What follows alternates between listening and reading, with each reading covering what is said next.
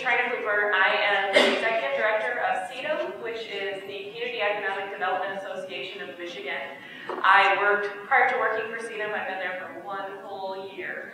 I worked with the Michigan Main Street program at MISHDA. I was an organizational specialist, and prior to that, I was the Executive Director for the Old Town Commercial Association, lucky to be Brittany's predecessor, and now a Great American Main Street community. So I've got to play a lot of different roles here, but I'm just going to lay out some pretty basic things. So first off, you've heard this repeatedly, tell your story. Tell your story, tell your story, tell your story. If people don't know the good things that you're doing and they don't know what you're doing at all, they're not going to come and help you because, plain and simple, they don't even know that there's an opportunity there. And there are so many ways to do it. Norma went through and spoke about how different people like different things. Some people like printed materials. How many of you in here have a newsletter? Okay. How many of you, as Joe referred to it this morning, are using the Twitter? How about Facebook? Ooh, we're getting better there. How many of you have Flickr pages and are showing all the cool things that are going on in your community? Yeah, so word winners. How about a couple others? How many of you are making videos? This is one of the coolest ways to do things, and I'm going to give a shameless plug for our organization right now. We're actually filming this right now, and we'll make some of these trainings available. But CEDAM, our organization, is actually going out into communities and filming the cool things that you're doing, and has made a TV show about it. Right now it's available on YouTube, on our YouTube channel, and one of our interns has been here interviewing a bunch of you. But I would encourage you to get in contact with me if you have something spectacular going on in your community. Our next program is all about main streets and downtowns, and we would love to feature you. And this is a tremendous way. We've been making these videos now for the last couple of months, and we have had people calling us up saying, these are the greatest things. I had no idea that this was going on in my own town. So you absolutely need to be telling your story in any possible way that you can. Our website, by the way, is brightsidetv.com. If you want to watch some of those videos. All right. Stand up if you volunteer.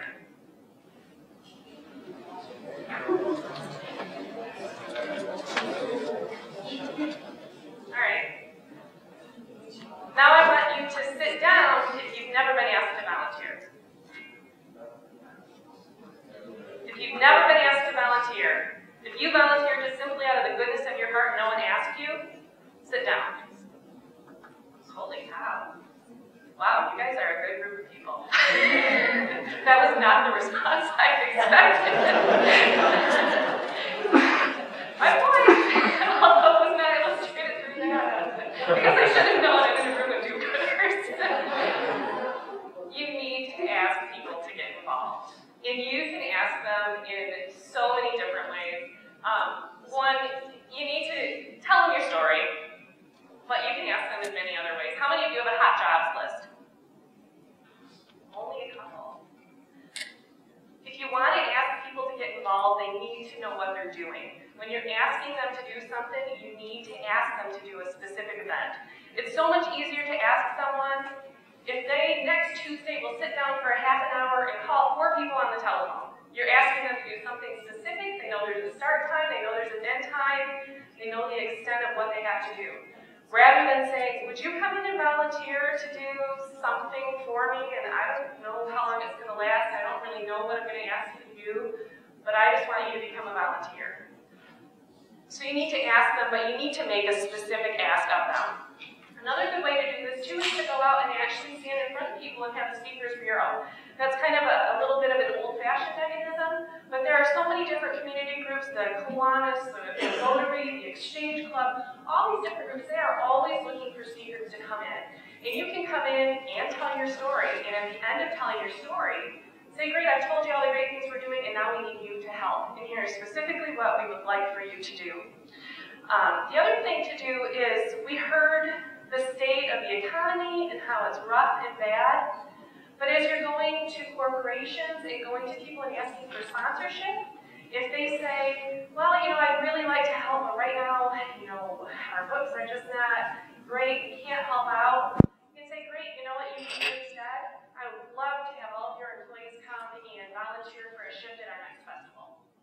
Or I would love to have your volunteers come and weed out the flower bed that has been plaguing me that I don't have time to do and I don't have time to handle. Or whatever X fill in the blank is that you need to have done in your community, simply go and ask. People, other than all of you apparently, don't generally get involved unless they are asked. The other thing too, we mentioned that, or Norma mentioned about college students and how high a percentage rate we have of college students volunteering. This is a great way to get them involved and dedicated in their community for a lifetime. I know as a college student I volunteered. I know there are interns in the room here and people who started their careers as interns volunteering in an organization and then they made a career out of it. So it's a great opportunity. The other thing you need to look at too is when you're asking people to volunteer and to get involved, you're offering something up to them too. You're offering them a great learning experience. You're offering them the opportunity to take charge of something where they may not have been able to do that before. You're potentially offering them a swanky title that they can put on a resume and advertise that they did something great even if you're not paying them a penny to do it. So you can really offer up some great things to people. When you're asking them to volunteer, realize that you're also asking them to, you're asking them to do something for you, but you're also providing them with a great opportunity. So don't sell yourself short when you're going to people and asking them to do something. The other thing is, there's a job for everyone. This is my, well, he's not really my nephew, but he's like my nephew. Alexander, he's 5 years old.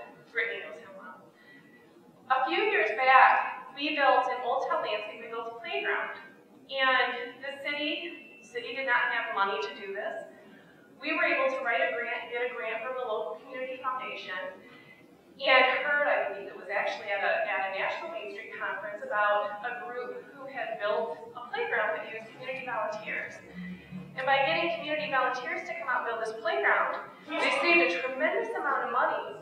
But in addition to saving all this money, they got people active and engaged in taking ownership of this playground. So this is Alex, who's 5. Alex loves this playground. You know, he came out there with his rake. We had to chase him down a lot, make sure he didn't fall in the river. But he took part in this, and this is now his playground. And he's down there, he takes his friends down there, they go down there and they pick up trash and they keep it clean. But this kid is going to be engaged in civic activities and volunteering for the rest of his life. And he's 5. So it doesn't matter the age, it doesn't matter the demographic, it doesn't matter the expertise, there is a job for everyone. Now, of course, you want to make sure if you have something that is specific legal work, I don't know why that's doing that, you need someone to write a contract for you. You need someone to do your books. You know, 5-year-old Alex is probably not your guy. But you can find someone in your community who does have that expertise. The other thing you always want to think about too is just because someone is an attorney doesn't mean that they necessarily want to do legal work. They may want to come into your community and, you know, do the landscaping for that flower bed on the corner that's not an issue. They may want to come in and do something different. So always ask them and ask them what they would like to do first. Give them the opportunity to come up with something that they actually enjoy. Actually, I'm going to tell you one thing too. When having kids involved and having anyone involved, you really want to make sure if you don't, you need to have a good liability release form in place, especially when dealing with minors. Now, I'm sure a lot of you are DDAs, and so you fall under the city, and the city probably has liability forms, but how many of you are using them every time? You know why Brittany raised her hand? Because unfortunately, a few years back, we had a volunteer come out. We had volunteer release forms, but he got there late, and we were doing a community cleanup, and he fell. And he didn't have a signed release form, and a few months later, we got a phone call from him saying that he was suing us. And in the end, it turned out okay, but I can tell you that was a horribly scary couple of months. And so for all of you except for Brittany, make sure you get that liability release form in hand and that you're using it, and you're using it every time and for every volunteer. It may take you a couple of extra minutes, but it doesn't matter. Something crazy could happen. Something could fall on people, they could cut themselves, they could fall through a ceiling, something could happen, and you need to make sure that you're covered when that does. Not all volunteers are good. Oh, Charlie. Charlie would be a great volunteer if you needed someone to come out and rant craziness and talk about tiger blood and winning. But although there's a job for everyone, not every volunteer is a good volunteer. And there are certain reasons behind that. You could have a volunteer who you asked to come out and take part in you asked them to lead a team of volunteers, and you thought they would be a great team leader. And it turns out they don't necessarily have the expertise to do that. They flaked out and it just didn't happen. Or you could ask someone to volunteer and to do something, and they may have all the best intent in the world, but they are simply overcommitted. My guess is that that's probably the case with a lot of you. I know that's the case with me. Very well intended, but overcommitted. They could have not the background and expertise. They could just simply not like what they're doing. Or they could just be angry, or maybe even a little bit crazy. In which case, what you really should do is first try to sit down and figure out what the problem is. See if you can address the problem and fix it. Best thing to do is sit down and talk to them. I see that you screamed at the person with whom you were volunteering. Did something happen? What's the situation? What can we do to fix it? If that doesn't work, warn them and say, what? This really, if things don't change, although I really appreciate your effort, your help, this just isn't going to be the right fit. Please help me to make sure things change. And if worse comes to worse, fire them. Just like with a job. You have responsibilities. You need to make sure that things are done and done appropriately. You have a great reputation that you need to uphold. You need to make sure that you are doing the best job that you possibly can. And if you have someone that is not representing you well, despite the fact that you've tried placing them in a new situation and talking to them and making you accommodations, there are some times that you just need to say, thank you, I appreciate your help, but this is not the right fit. Here's the name of the organization in the next city over. Never ask people to do something that you wouldn't do yourself.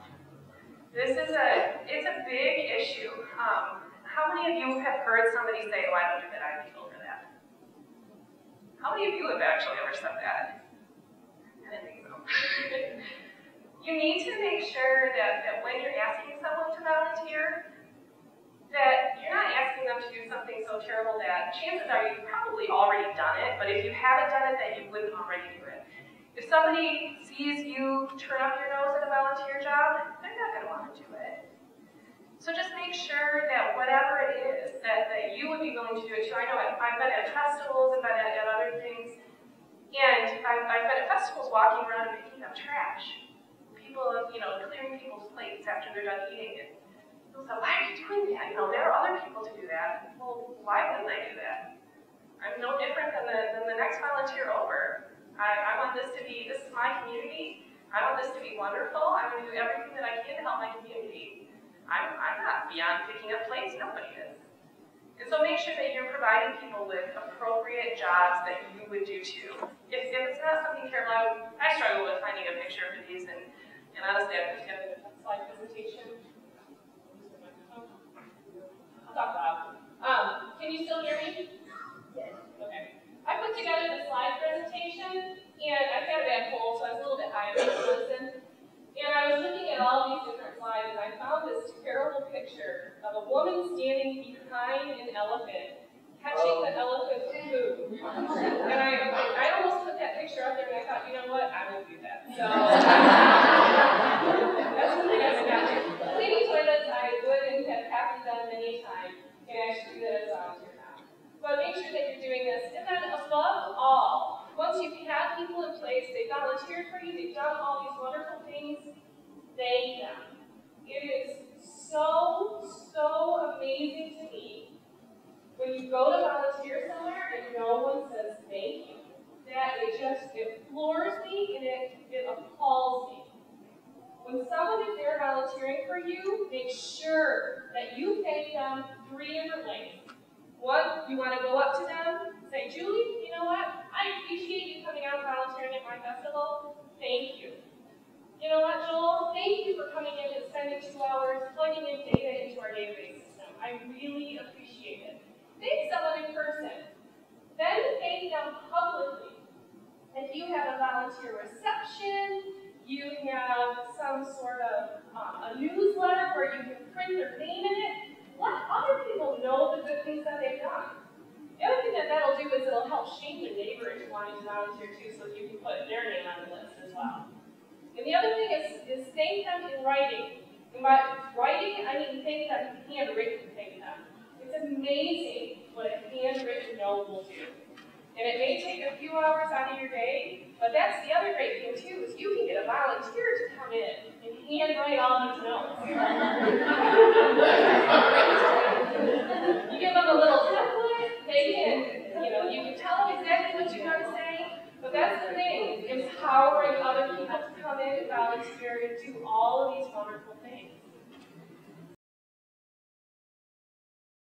Today, I'm going to talk a little bit about the need for volunteers, kind of setting the stage for the speakers that follow.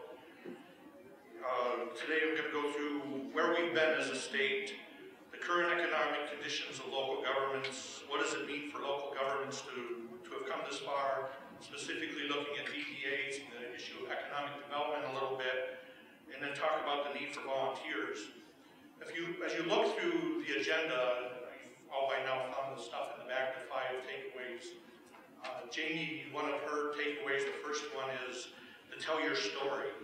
And that's really what I'm going to focus on here. So we'll start it off with this message, and I think end with this message when Jamie gets her turn.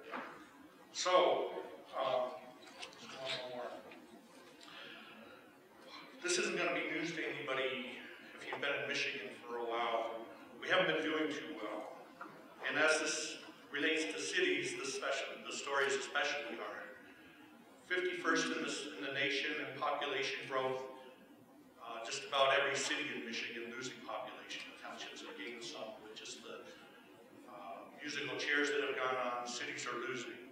And if you look at the measures of economic growth, the GDP, the employment, the per capita income, all of these, Michigan's been a loser. The cities are the engines that drive those things, so the Michigan cities have been especially hard hit. This, of course, has been driven by the auto industry and the losses there, falling from 75% of market share down to about 45% today, $17.4 million vehicle sales down to about 10.5 million. Next slide. Gone from, for 10 years, where 2 in every 3 auto job in the state has been lost, and the state as dependent on autos as we are. And those jobs aren't coming back either in the number that we've lost them or at the pay scale that they were prior to that. Why does this matter to local government? We know that 22 cities in Michigan levy an income tax. I took, again, indexed to that to our base year 1996, compared that to state income tax revenues. We know the state hasn't been doing that good. But even compared to the state of Michigan, local income tax revenues have just not been good for the 22 cities that levy it. We go on to the next one, we see state revenue sharing. Well, if local governments can't come up with their own revenue, maybe the state can help them out. Well, the state has been diverting that money for their own purposes. The bottom part of these bars, the black part, is the constitutional share. The white amount is the statutory revenue sharing, and then the kind of brownish, reddish parts up there are what's been diverted for state purposes. In 2012, at the end of this, on my side of this bar chart, we'll have only about $200 million available for distribution to the cities and a few charter townships that will still qualify for it. Only 500 will, out of our total 1,800, will qualify for that. And you have to jump through some hoops, what they call the economic vitality incentive program. Have to jump through some hoops to get it. So clearly the state hasn't come to the aid of local governments either. How does this affect the DDAs? So one more. We know that DDAs have two funding mechanisms available to them. DDAs can levy a 1 mil income tax. TIFAs, LDFAs don't have that available. They also have the ability to capture revenue. We know with the, I just showed you what's going on with the trend with taxable value. That's even worse for the cities than it is for the townships and the villages, and for the downtown areas where there is concentrations of commercial and industrial property. Things are going poorly there. In addition to that, we have the proposals that are percolating to repeal, to exempt personal property from taxation. And if you think again about the DDAs, the commercial and industrial properties that are in much of the DDAs, that's going to hit them especially hard. We know that they use those to fund administration for minor downtown improvements, for streetscaping, some of the stuff that can be afforded with that 1 mil tax.